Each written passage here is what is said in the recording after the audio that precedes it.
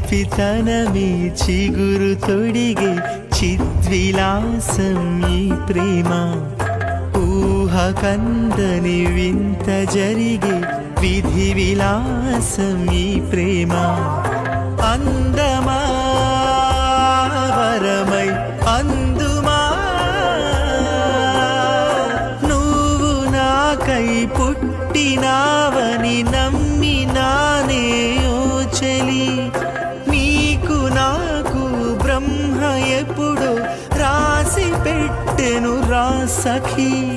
శివుడి మూడో కన్ను మనకి అగ్ని సాక్షిగా ఉన్న